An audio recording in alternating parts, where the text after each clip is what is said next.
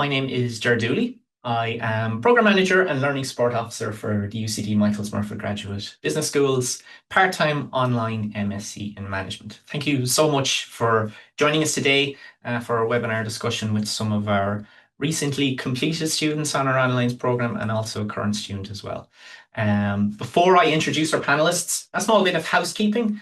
This Zoom webinar is being recorded.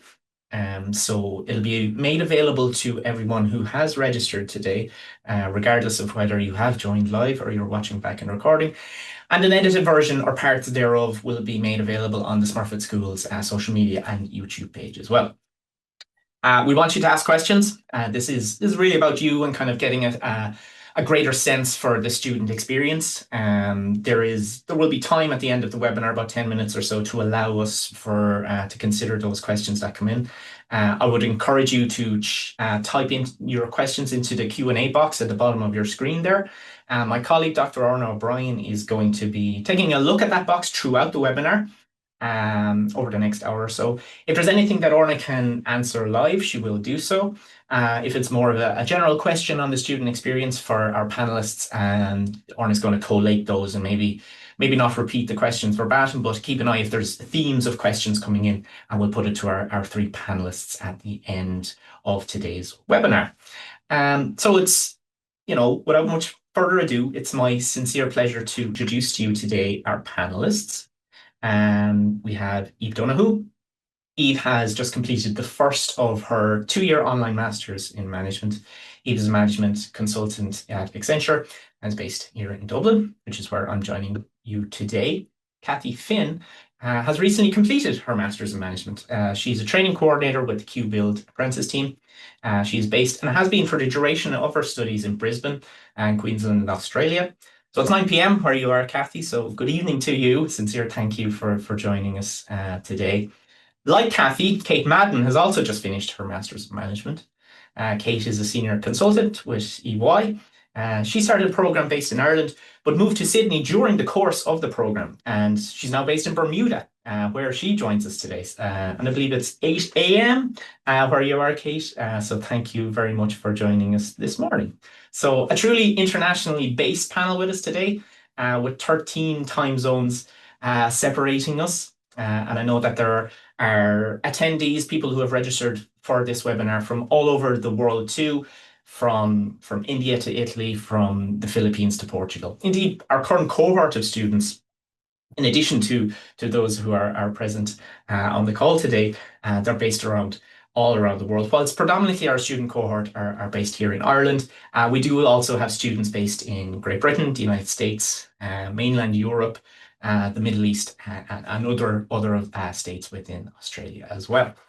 So before I go to our panelists specifically, I want to tee up, so to speak, my first set of questions for them. I want to reflect for a moment upon the reasons why people undertake this program and who it is for, essentially. Now, the Smurfit School is Ireland's premier business school, and taking an MSc degree from us and completing your studies with us will help you to future-proof yourself regardless of where your career takes them. So people may want to build upon their non-business related qualifications with a management specialization. Some people may find themselves stuck at a point in their careers where they need a master's qualification to propel themselves forward. You may have a situation whereby people find themselves doing very well in their role, and they've been thrust into a management position, but maybe they want to future-proof themselves, secure their position within a management role by undertaking an actual qualification in business management to get the vocabulary to be able to participate in the conversations around a boardroom table a little bit more adequately and put their points across. Oftentimes, our applicants and students, they're perfectly happy in their careers. Some people are not, and they want a complete change, and a program such as this does allow for that. And also some people may want to, they might want to move diagonally in their program. Or indeed, maybe, some of our applicants don't fall into those brackets, but they know that there are doors which are closed to them now, which are going to remain closed to them in 5 to 10, 15 years, without having a master's qualification and having it in the back pocket. This is actually going to open doors for them that otherwise may remain closed. Now may be the right time for these people. They may have reached a point in their lives where their levels of commitment allow them to take on an MSc. We have students who have in addition to very demanding careers, they have very demanding personal lives. So they may have had many years of caring responsibilities for younger people or indeed older people, indeed both. We have a lot of people who may be in that kind of sandwiched generation of caring for children and parents at the same time. Um, this program would allow for people who are in that space to participate in a program of study. They may not have been able to participate in a more traditional program of study with regards to the commitments of a block release program, or maybe lectures in the evening, live lectures in the evening, attending our campus in Blackrock. That may not have worked out for them. But a program such as this and its online nature allows them, kind of opens the door to go back to the previous analogy of part-time education. An online program allows that for them. Other reasons people may be in a position not to commit to more traditional full-time FaceTime programs, maybe they're unable to commute to our campus in Dublin. Maybe they're not in Ireland at all. Maybe they are unable to relocate to Ireland for full-time study. Wanting to bear in mind, as I have in asterisk on the bottom of the screen there, this is a part-time program. It's online delivered, so participants are not eligible for a student visa for participation in the third level graduate visa program. So just to mention that. There are people who, have a demanding professional, and I've already mentioned the demanding personal lives, but with regards to demanding professional lives, that precludes them from undertaking certainly full-time study, but also part-time study. You may have examples of people who have extensive travel commitments for work. They may be unable to take time off to participate in classes. They may be in a role that has very unseasonable hours, or unsocial hours, I should say, or seasonable hours. If you work in retail, you may be pinch points in the year that may make it very difficult to participate in full-time studies. I've already mentioned caring commitments. So those kind of are some of the aspects that draw people to our program. I want to bring upon draw in the experience of our panelists now. So I have a few questions for you guys, Eve, Kate, and Kathy. I'll ask you to in turn. I guess I'll start with you, Eve. What was one of the main drivers, so you were going into second year, so you would have started this process about a year ago of thinking, or maybe even longer, of thinking about, yeah, I'm keen on doing a program such as this. What was one of the key drivers to take on a master's in management in general? Thanks, Chair. I'm delighted to be here today and talking to everyone. I think I'd always been toying with the idea of doing a master's, and it was probably a bit of the time thing that you just mentioned there, Chair. Is it the right time? I was in a position in my career that I was thinking of going up to that next level in terms of a managerial position, which I'm trucking towards at the moment. And I just thought like now is the right time to take on a master's. So I did a bit of research. I was actually traveling at the time and very relaxed and in good form. And I came across the master's online. And I think the online thing really got my attention because, like you said, I'm in a role as well that demands a lot of travel, a lot of time commitments, and it really just suited my lifestyle. You can kind of work at your own pace. Yes, you're given a guided pace, which is a great structure with the college that it offers. But I could really do it at my own time and my own pace, and that was really the biggest piece that drew me towards it for sure. Kathy, would you echo some of Eve's sentiments with regards towards the reasons why you joined this program? Yeah, definitely some similarities there. I think, a bit of a mishmash of what you said as well, Ger. I suppose, I had moved to Australia with an undergrad in languages, which wasn't really in huge demand here, I suppose. And I think post-COVID as well, I was feeling a little bit lost, didn't really know what I wanted to do. And when you're kind of mid-20s and you don't know what to do, I think it's a very common sentiment. So I had an idea to possibly do a master's after my partner finished one, but I couldn't find something that would really fit the lifestyle, the balance between full-time work, and couldn't give up full-time work, you're paying rent and everything. So started doing some research and really wanted it to be a European based school as well. And then, of course, when, as you said, Ireland's premier business school was offering an online master's, I thought I have to do it. Had to jump at it essentially. So yeah, I think for me, it was really feeling like almost lost and kind of not knowing where to go. So I think that the modules that are covered are broad enough to give you an oversight into everything without having to necessarily specialize in anything. But still in depth enough to kind of give you the knowledge. So yeah, and I think my roles a lot of the time as well in my career history will say was managing people. So while I'm not in a management role, there's a lot of dealing with people and managing people. And I think it's given me a perspective to see it from that sort of level. So yeah, that's probably one of my main drivers would have been for choosing it. Okay, okay. And Kate, say, put yourself back 2 years ago or 2 years plus ago when you're preparing to begin this program online. What were kind of the thoughts running through your head? And before that process of entering, what were your key drivers to join a program such as this? Yeah, I think I was about a year out of university and I'd gone straight into a consulting role, but my undergrad was in food marketing and food business. So quite like a kind of similar to both Kathy and Eve, I guess, in the sense that it wasn't solely business based compared to a lot of my colleagues came from commerce or business and law or like very business focused courses.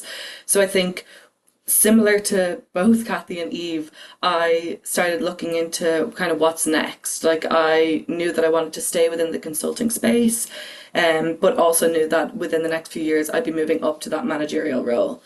Um, a lot of people that I'd met throughout the consulting space also had done the full-time masters in management at a Smurfit. And I'd spoken to them with very similar modules, had spoken to them and they had found real benefits out of it. Just not even in terms of just the education part, but also like they were able to bring a lot of it with them into their workspace and really understand what was going on at a higher level.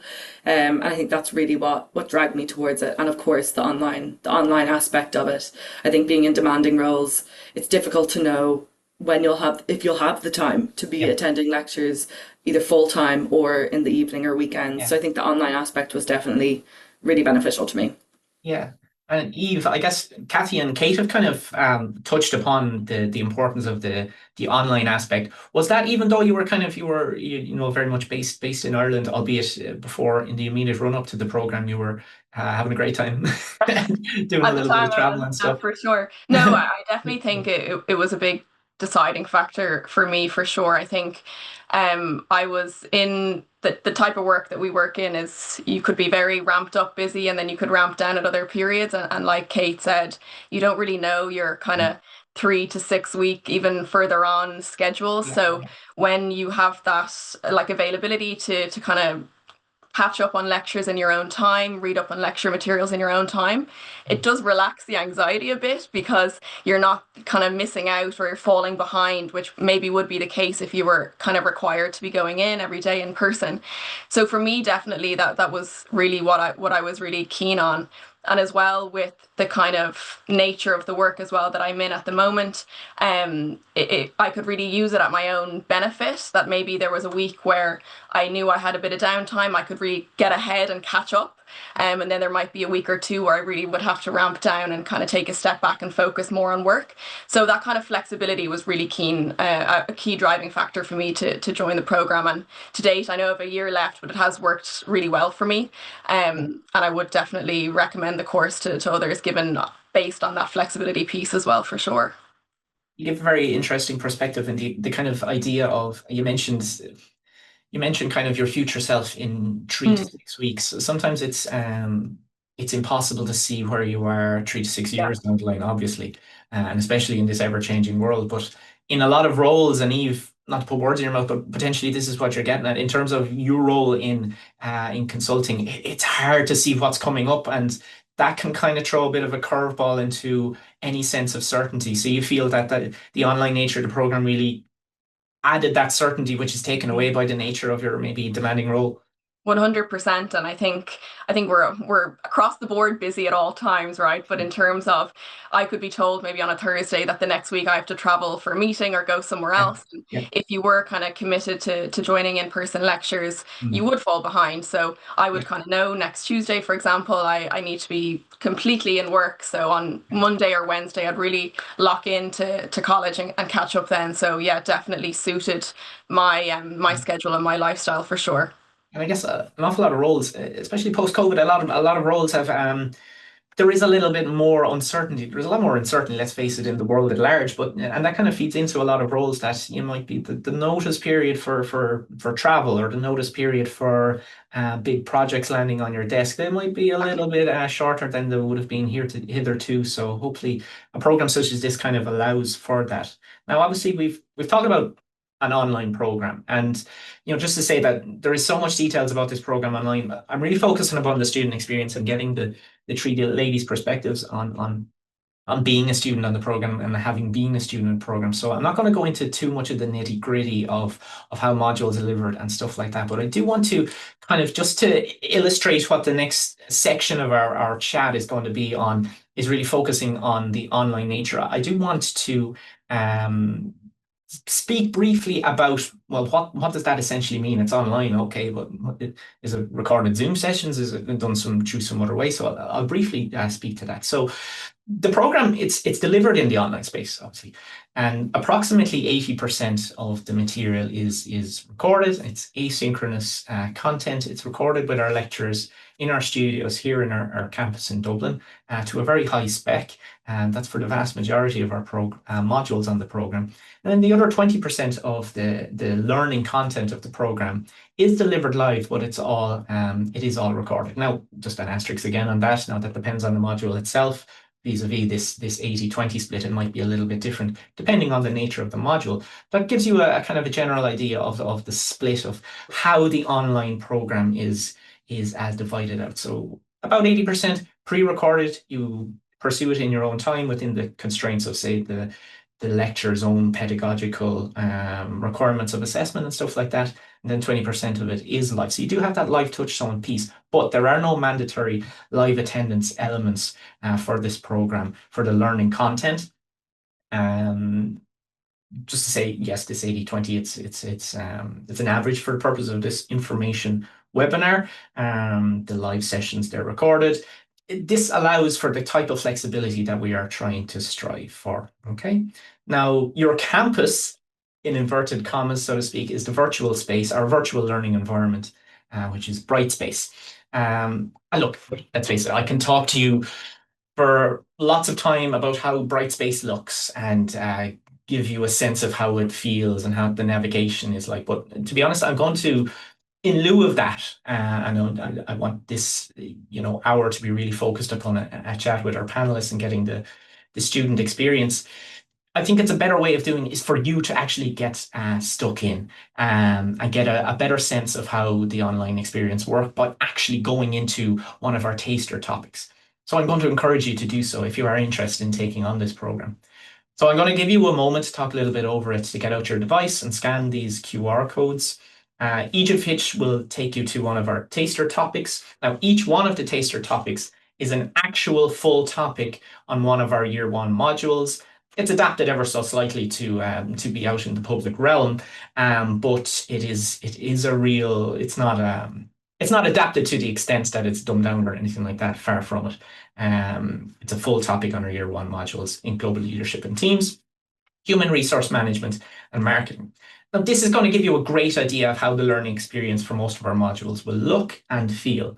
And if nothing else, if you want to learn about some great insights from our Smurfit lectures on leading change, on reward management, and on managing customer dynamics, then have at it. You're more than welcome to do so. They're on the house, okay?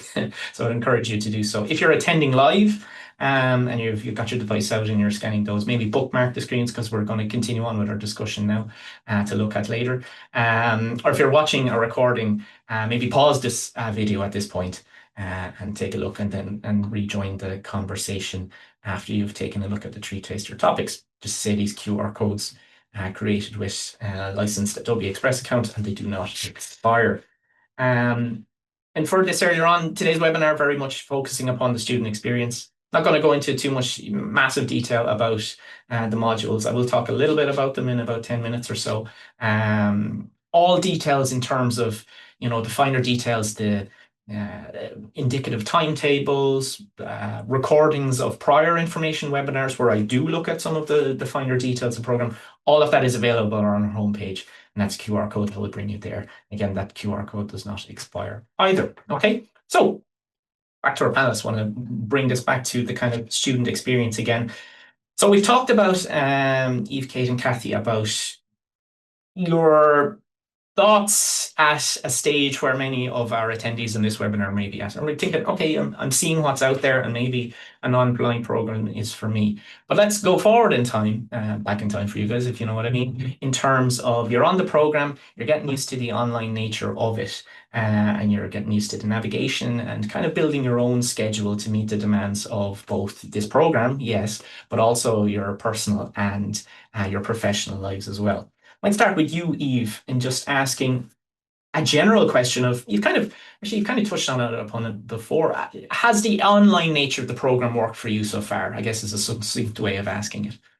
I think the succinct answer is yes, most definitely for me. Anyway, I think you touched on the kind of system and the platforms, so user friendly.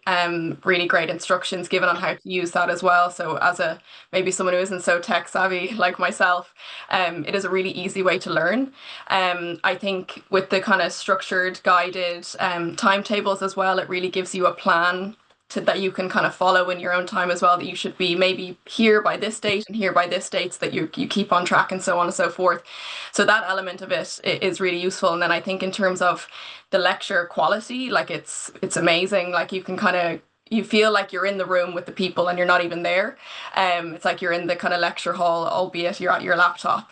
And I think as well with those live sessions as well, it gives you that opportunity to get that in-person interaction, which I think from a student perspective as well is where you get to see the real faces of the other people on your course and kind of hear other people's opinions. And I think the combination of both self-learning and you kind of lock in at your own laptop and kind of get yourself up to speed with the content is great. And then you also have that small element as well of that kind of in-person interaction where you can ask those questions, which I'm sure you'll go into later on in the webinar as well. But yeah, no, I thoroughly loved the online nature.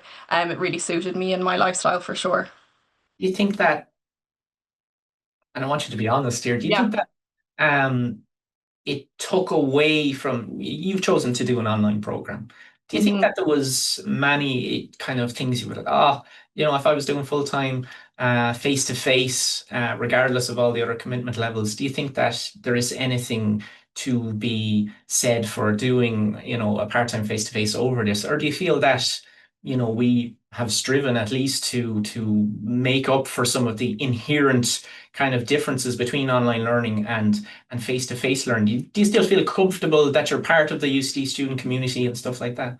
100%. You don't feel like an outsider. Well, in my perspective, anyways, I'm sure Kate and Kathy can give their own opinion, but you still feel a part of UCD and you still feel a part of the wider masters kind of sphere as well, which I found nice because you have that network that you can tap into as well, albeit you're online and you mightn't be meeting people or you might be in Bermuda or Australia. But there is that constant communication and the channels are open there. And I think even from, I don't know about your year group with the other two, but we were all in contact with each other outside of the lectures. And I've developed actually really nice friends off the back of that. And they're like kind of pen pals because we haven't met yet in person. We still have that level of communication and kind of what you would get in the stereotypical in-person course. So no, I don't think you don't miss anything being online for sure. Well, in my opinion. Yeah.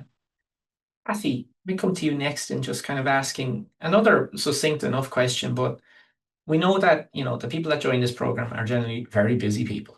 And sometimes if you want to get something done, you ask the busiest person because they will get it done regardless. How have you found the balance? And maybe with regards to the online nature of it, has that lent itself towards a greater ability to balance studies with life in general, with a small L, but also your kind of professional career as well?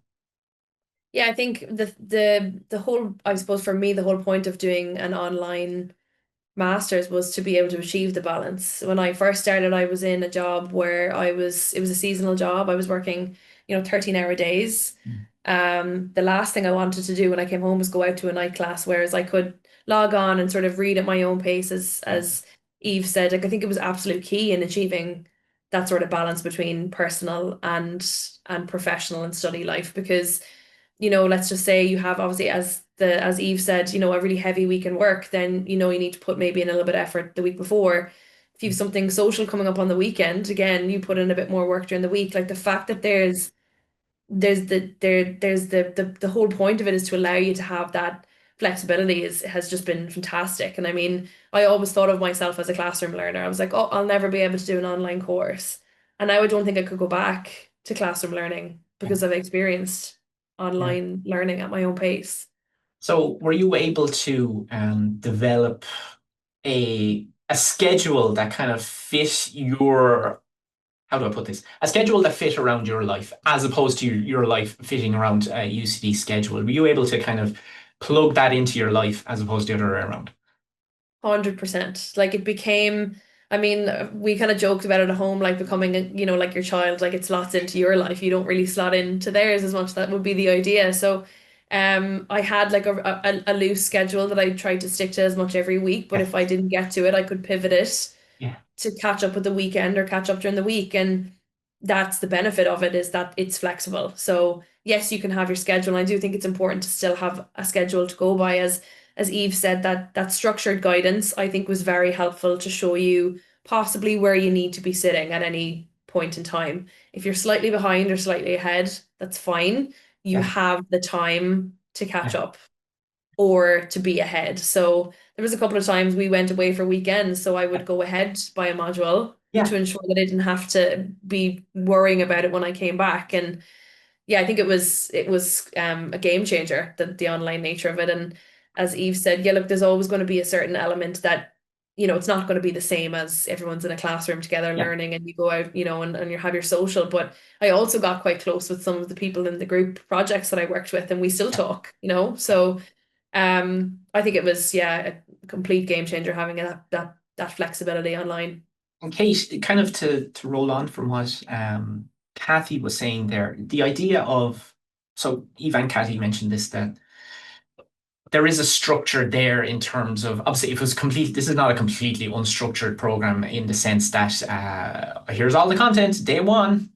Yeah, that does happen. All the content, most of the content is released, but there is a schedule. Kind of all of your lectures will, and I guess this is for the benefit of our attendees.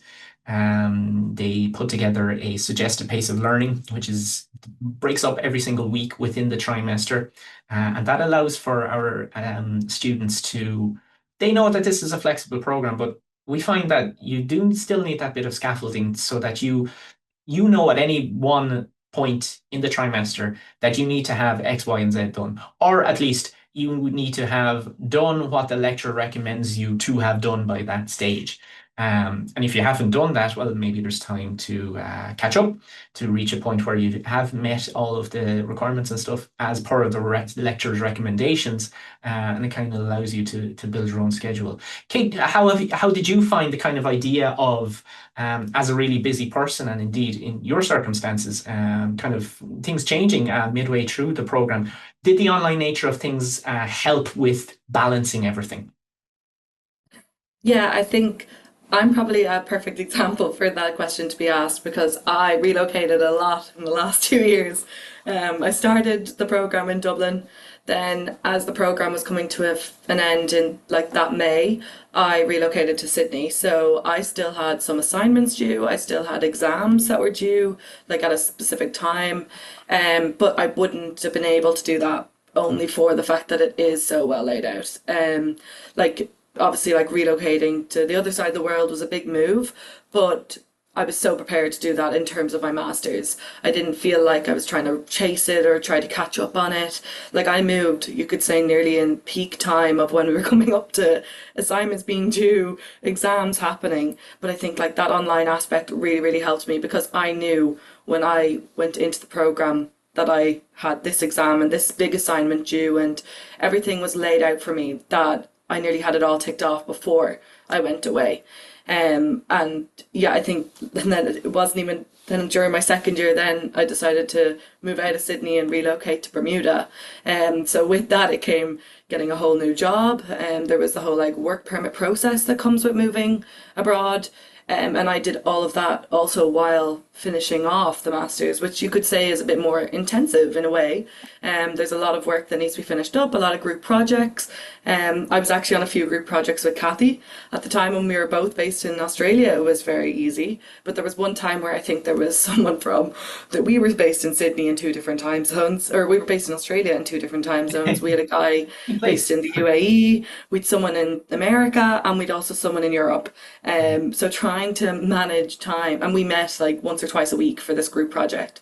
But I think like it just shows even the nature of the people that are on the project, on the program, that like everyone is dedicated and slots in the time, and we always found an hour or 2 hours or whatever it needed to get all that work done. And again, the online aspects, like we were in all different time zones, but it was so possible again because the people on the program want to be there, I guess, is the difference as well. I think that is the main difference I noticed with this master's compared to even an undergrad.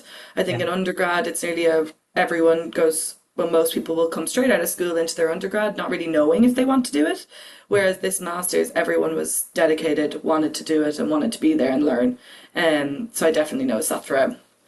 I guess my next kind of, I have written down here time zones. And I guess you've kind of answered the question there, Kate, in terms of you would have an experience of how a program such as this works for people who are interacting with others and the program content itself from a different time zone than Irish Standard Time or Irish Summer Time, whatever the case may be. Kathy, you would also fall into that bracket of somebody who was based very far away, 12 hours ahead, I believe. How did that specific aspect of your interaction with the program, because you were based, did you find that that was a hindrance to you, or it was fine because of the nature of the program? Yeah, I wouldn't have said it was a hindrance at all. I mean, the content obviously all being pre-recorded, you can access it at any time. There was, of course, your live lectures, which are also recorded. I did make a personal decision to get up to watch those on the odd occasion, and that was more so because, again, managing time. If I attended the live lecture, I didn't have to watch it pre-recorded later on. That was a personal decision. People said it was mad. So I got up the odd morning at maybe 4:30 a.m. Brisbane time, to watch a recorded, or to be at a live lecture. But that also gave me an opportunity to ask any questions that I had at the time, which I found really beneficial. But I wouldn't have considered the time difference a hindrance at all. It did take a little bit of, as Kate mentioned, coordination within the groups to, meet at a time. So again, if the majority of the group is based in Ireland and they're all meeting at 7, there's a bit of give and take. You have to kind of put in your part in the group and maybe get up early every now and then. But in that sense, they also would push it out a little bit later so that I didn't have to get up as early. So again, speaks to the nature of the people who were on the program. But yeah, sorry, to answer your question in short, not a hindrance at all. Yeah, I know it's good to hear. It very much caters to you've kind of Kate, excuse me, someone who moved time zones literally during the program. Kathy, based in someone who was based abroad through the duration of the program, but also Eve's situation where she may be traveling quite a bit. We have people on the program who, they may be based in Dublin, in Blackrock, right beside the physical campus. They can't interact with a full-time program for sure because of their career, but also a traditional part-time program because of their travel commitments. They may be at short notice, as Eve kind of inferred. Next week you're off to Italy. Next week you're off to Japan, and we have had people joining less so live sessions because of the time zone, but definitely people logging into our virtual learning environment from hotels rooms, from very corporate settings when they get a little bit of downtime and a business trip and stuff like that. But also, and as we've discussed already, and you very much touched upon this, the idea that you can park some of aspects of the program. It was actually, Kathy, you mentioned it in terms of there's a weekend coming up where you've got, and you really need to you need the fuel to keep going on a program such as this, and you need to, what fuels you, but your own personal fulfillment of, and I'm very keen in my role, and I'll talk about it in a second, in terms of people that join this program. Don't abandon everything else in your life just to plug this in, because you don't necessarily have to. There will be some time sacrifices. There mightn't be as much time for Netflix.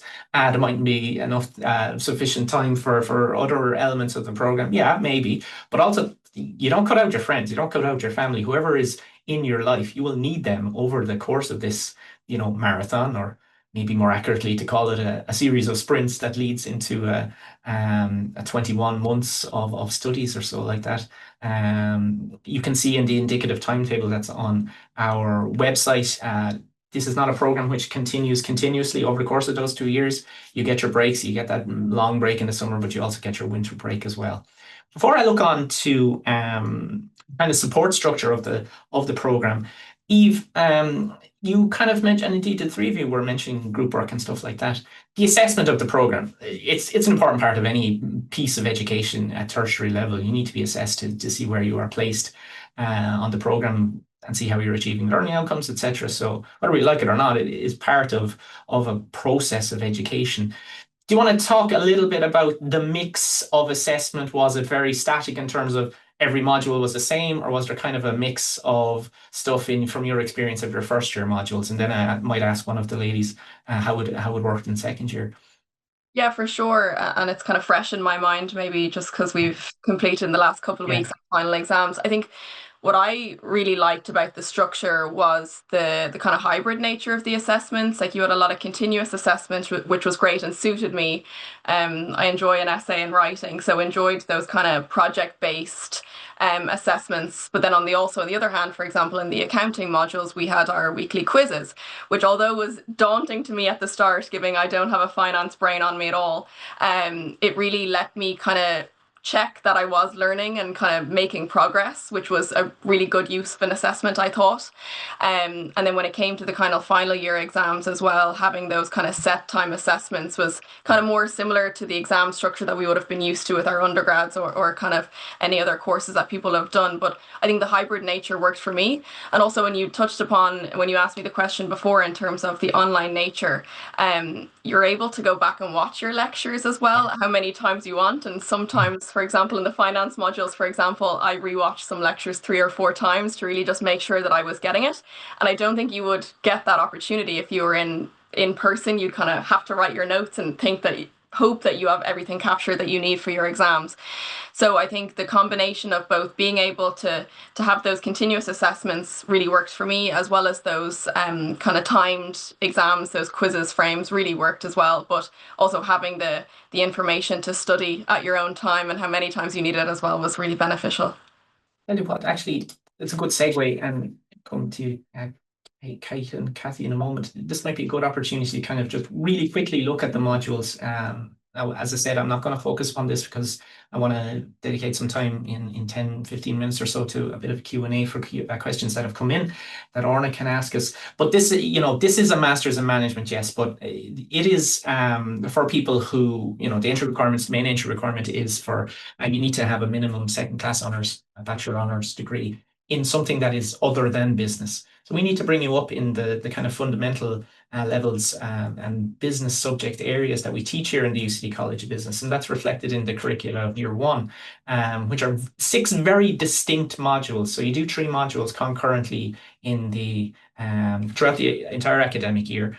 You do 3 concurrently in the autumn trimester, and then 3 in the spring trimester. You can see I won't go through them, but they are reflective of a very broad curricula. It prepares you for second year, where this is a master's of management after all. You dive into the more raw management modules, such as global strategic management, such as your project management module, and such as your supply chain management module, which you can see there on the year 2 curricula. Exact same way of consuming the material. You've got 3 modules in the autumn trimester that you do concurrently, and then the same again in the spring trimester. Kathy and Kate have just finished their last 3 modules, so that would have been business simulation, the research module, which is called business research project, and managing innovative projects. Now, those are kind of The Managing Innovative Projects module is probably more traditional in what you'd expect from a project management module. But the last two modules, they're assessed a little bit more innovatively. I would say that the business simulation module, people are broken into groups and you participate in a simulated business environment. And then the business research module, as the name suggests, really focuses on elements of research, and you pick a topic and you do the research. Important thing to note, it's not a thesis in the traditional sense that you might expect.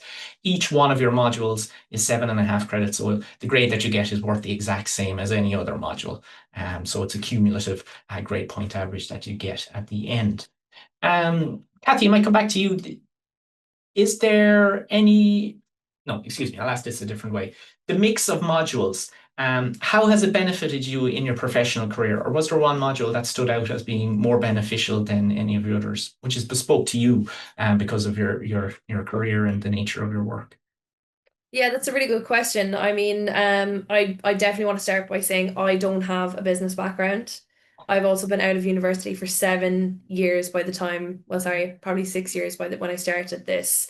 So I was a bit nervous. I know that it was a prerequisite to not have a business background, but there was still a part of me that, thought, oh, I reckon people on this course will at least work in business. I worked in a corporate medical as a team lead. Again, very, very little business experience at the time. Um, I always had a bit of an interest in sort of, HR, human resources, dealing with people, and that the name has escaped me, but it was a global teams and leadership, I think it was. Yeah. Probably to date is my favorite module.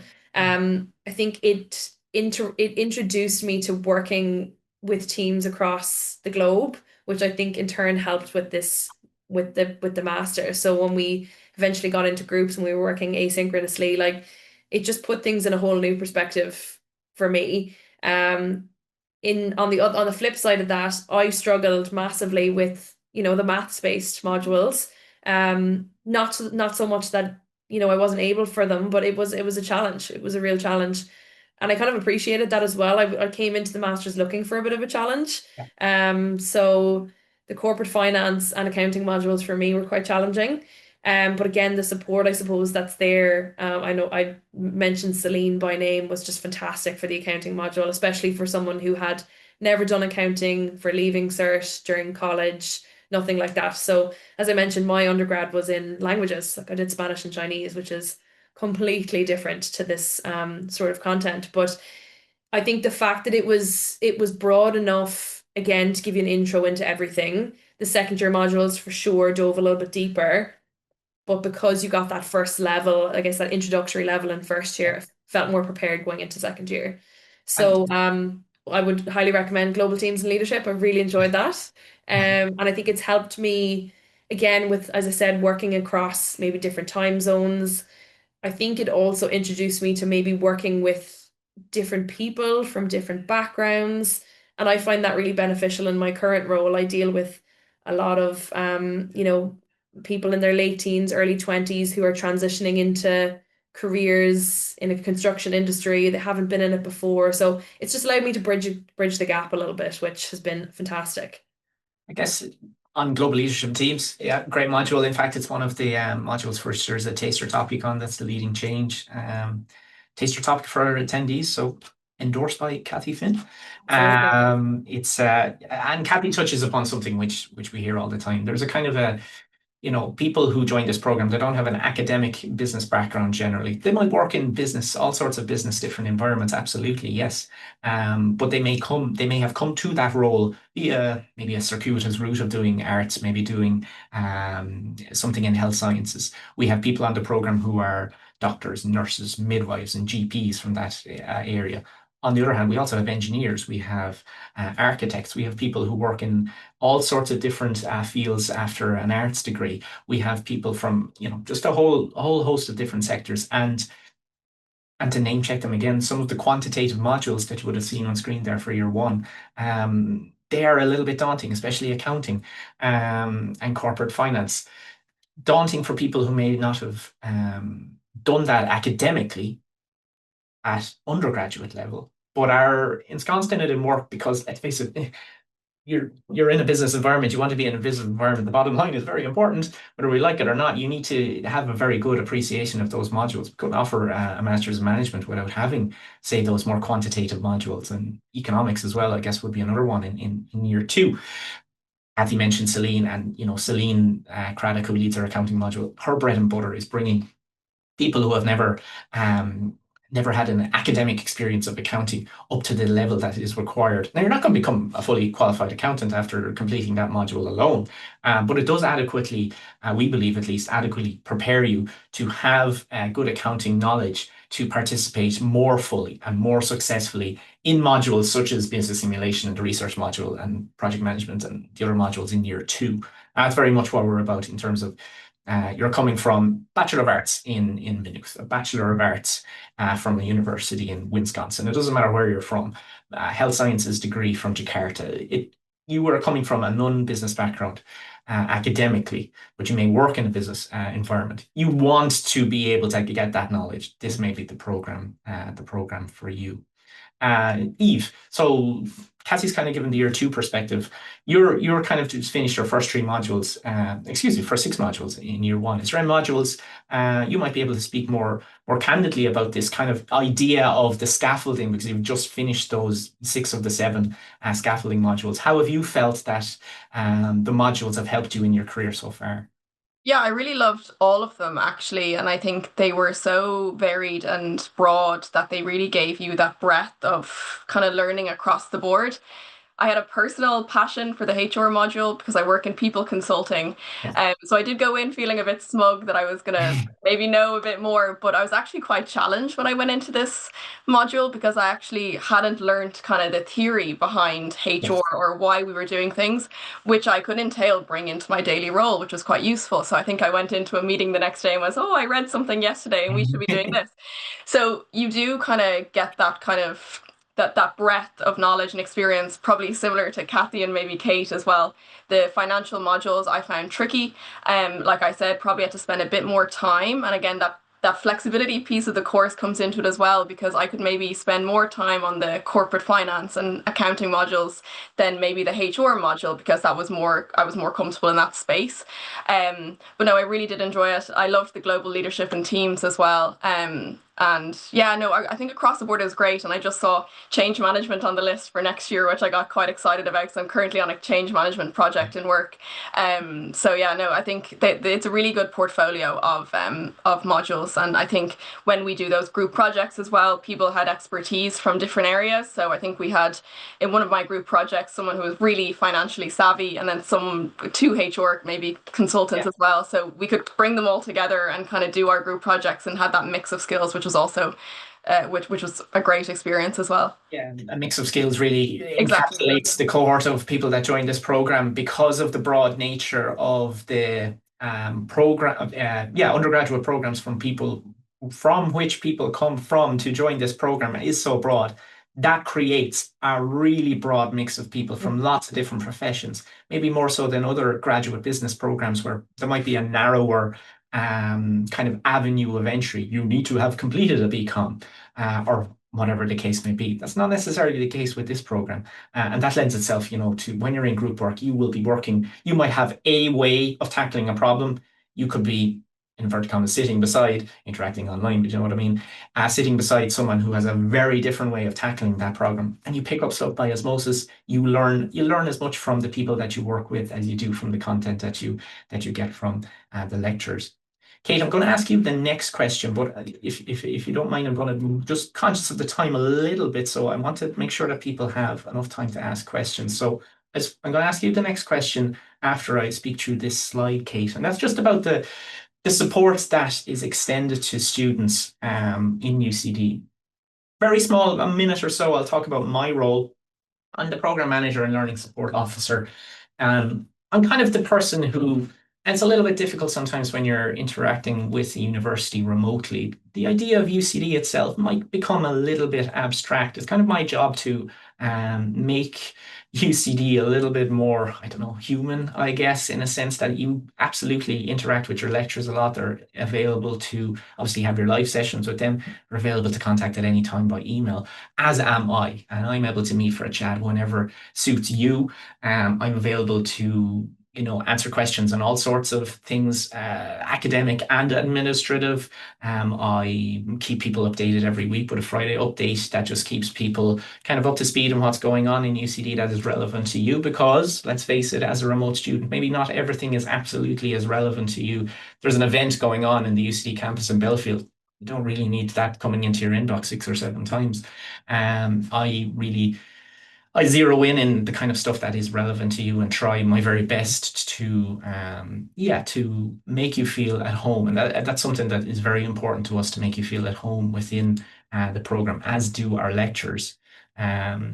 Kate, do you feel that, I don't know, the support network that you receive in UCD, do you feel that it has helped you on this journey in completing your studies, especially in your case when there was so much going on? Yeah, for sure. It was definitely, of course, like working with the lectures and even having like our own class cohort. Like we had a group chat on WhatsApp and everyone was quite chatty in it, to be honest. There was always conversation about what was going on when we were starting lectures, assignments, everything, which was really good. It gave that support network within your peers, I guess. Also with the lecturers though, like there were times where I would reach out to a lecturer because sometimes some of the modules mightn't be released until a certain time, or an assignment name mightn't be released till a certain time.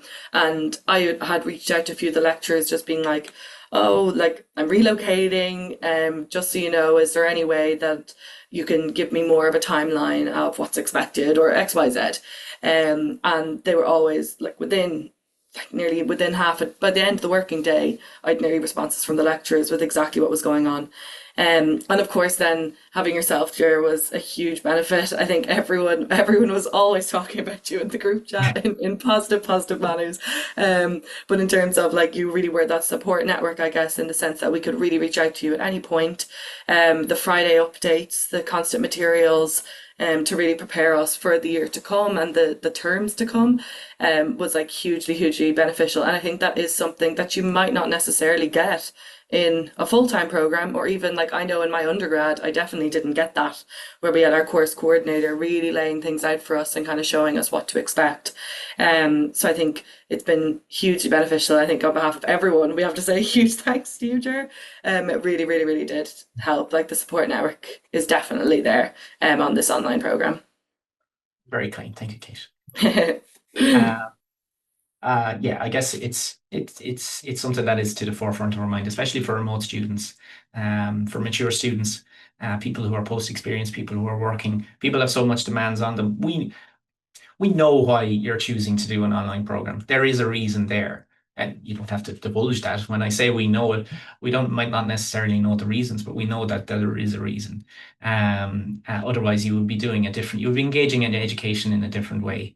So we use that baseline bit of information that we have and that baseline bit of understanding to scaffold as best we can the student experience, to make you feel at home as best as possible, even when you are not at home. You may be an expat based somewhere abroad. You may well be based at home, but you may be. There are lots of different things drawing upon your resources, your mental faculties. So we just try to make things as easy as is possible in a challenging program. So just to wrap, before we get to the Q&A session, just to say, obviously very important, the applications are still open for this program from our for our September 2025 intake. That's our next intake for the program. Applications will be open until about late August 2025. Those are standard applications, and that is persons who have a minimum second class honours, bachelor's honours degree in a non-business discipline. Now, if you're joining the call today and you wish to apply as a non-standard applicant, so that is people who does not have such a qualification, but does have significant work experience, significant managerial work experience, I should say. There is an earlier deadline and there's a hard deadline of the 1st of August for that. So if you don't meet the minimum academic entry requirements, there is an earlier deadline for you. And just say that is because there is a competitive entry route for those people. So if basically we pool all such applications together and we carry out interviews for a limited number of spaces for non-standard students. So that's for the 1st of August. Otherwise, if you are a standard applicant, late August for our September 2025 intake. Okay, so I'll draw back in my colleague Orna at this stage. Orna, has any questions come in over the last 50 minutes or so? Hi, Jer. Yeah, we've had a good flow of questions there. I suppose one, but we kind of covered off a little bit if the others want to speak to it again, though, is just if anyone has a problem. So I don't know, not all modules maybe are always accessible. So if you hit a speed bump with a particular module, the support were available to you from your lecturer. And I know you mentioned the great supports through Jer there. So just to put that to the three ladies. Yeah, I can probably take this one. I think I struggled with maybe one of the modules, the accounting, one of the chapters, and I found it quite tough. And I reached out to the lecturer directly, and they were really open and welcoming to pop in a call with me to give me some extra support and some time. So definitely it's there. I wouldn't be concerned if you're a prospective student that you'll get lost or left behind. It's definitely not the culture in this course. Brilliant. And maybe to just ask Katie and Kathy then, now that you're out the other side of it all, I suppose, just to put you on the spot, if there was one thing that you'd taken away from the program, what might that be? That's really putting us on the spot. I think one thing I've taken away is just the broad aspect of the program itself. Like even in terms of all the different modules that you've seen, there every aspect of business is touched on, and as well like the broad impact of your peers that are in the group as well. Like I know that like myself and Eve probably have similar working backgrounds, but then there's Kathy who came from languages and HR, and then there's honestly like engineers and there's architects and there's people that have like three small kids running around. Like it's literally everyone is on this course, and I think yeah, just working with the peers and keeping in contact with those people is definitely something I've taken away. Same question to you, Kathy. I think for me, as Kate mentioned, the modules are generally quite broad, with the second year ones going a little bit more in depth. But as someone who came from little to no business knowledge, I think it's given me a bit of confidence to actually bridge gaps in conversations in the room now. So I understand more what people are talking about when they're talking about economics, which was another really challenging module for me. You know, if there's you know, people speaking about accounting and in a financial year, like I can understand the conversation. I may not be able to contribute at that high level, but I understand it, and it's just allowed me to I guess feel a bit more involved in what's going on in the workplace. And then I think separate to the academic side of it, as Kate said, like I've met some fantastic people who I haven't met in person. But you know, if I go home to Ireland, I have a bit of a network.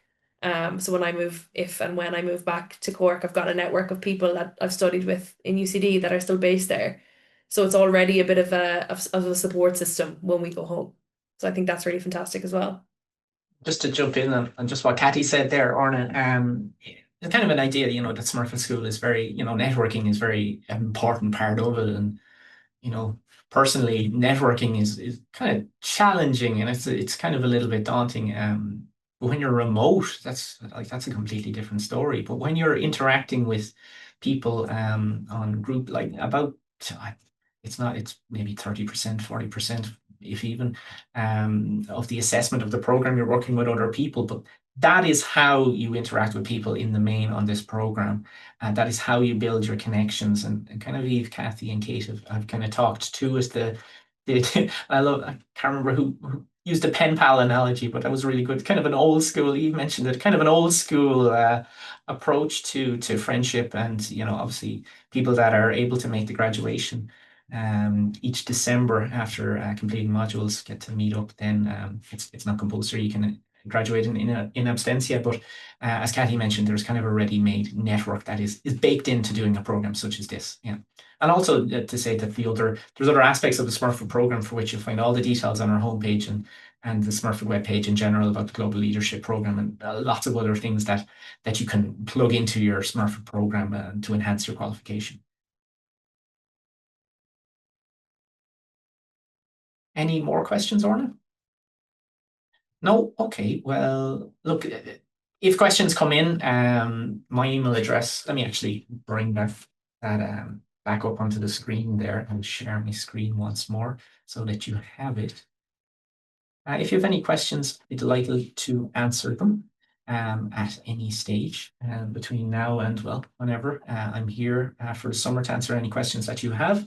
Any specific questions on how the program is run is best sent to me. Any more specific admissions queries can go to my colleagues in the Smurfit admissions team. Both of the email addresses there on screen.